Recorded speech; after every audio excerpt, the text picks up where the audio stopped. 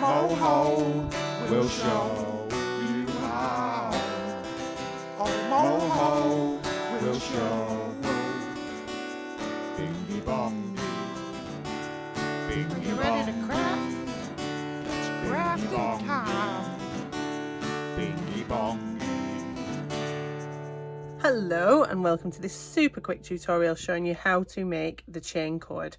Now there's a few variations of the chain cord for you to choose from. So you can do a single colour, that's the second half of the video. You can do a multiple colour, that's the first half of the video. Look at this bad boy here.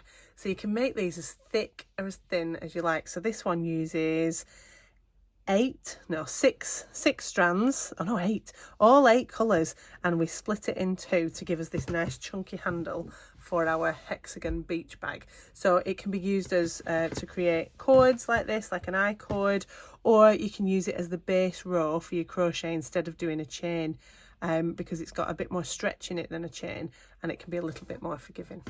Right then, let's see what we need. So if we are making a single colour chain cord, we'll just need 1 colour of yarn. If we're making a double colour, you'll obviously need 2. We will start showing you a double colour one because it's a little bit easier to see how the 2 colours work, how the 2 cords work.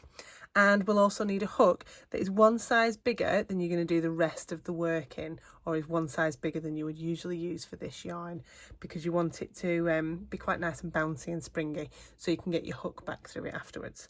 So if we are doing a multiple colour chain cord, what we do is we take our ends, put them together like that, and tie yourself a nice slip knot, just as you would normally with both, and we pop them on there.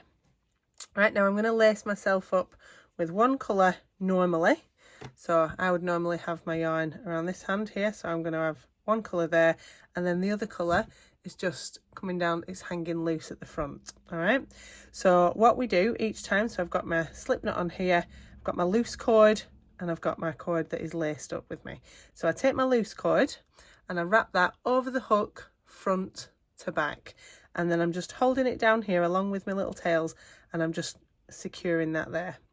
I then put my hook in front of my yarn just like I would normally, and I go over and I pull that through all of those things on the hook there. Okay, and then we just do it again and again. So it's the front loose cord, we wrap over front to back, back cord, we hook it back to front, and we pull it through. So front to back to front, through, front to back to front, through, front to back to front, through, front to back to front, through. Should we do another? Guess what? Front to back to front, through.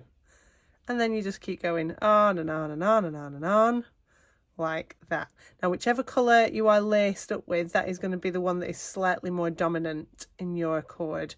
Okay, so you can see there you get slightly more blue than we're getting of the mustard.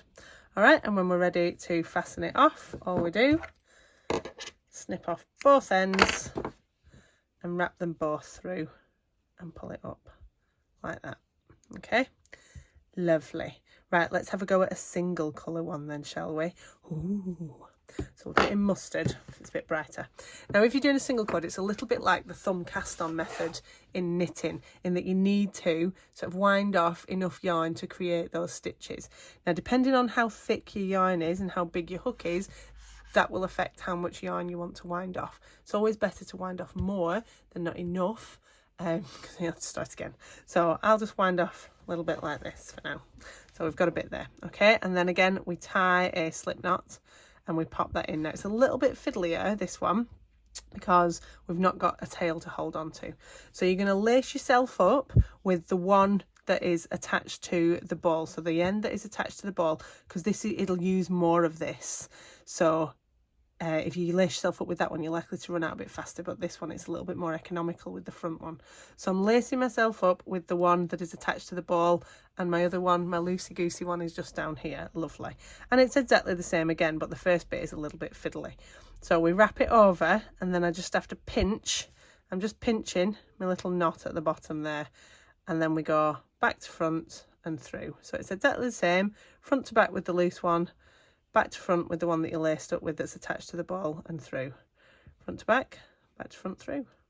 If you're using multiple colours and you're doing this as like a bag handle or something, you just need to make sure you've got an even number of strands in your front group and in your back group, and then you can make cords as thick, as thin, as decorative, as colourful, as plain, as whatever you fancy.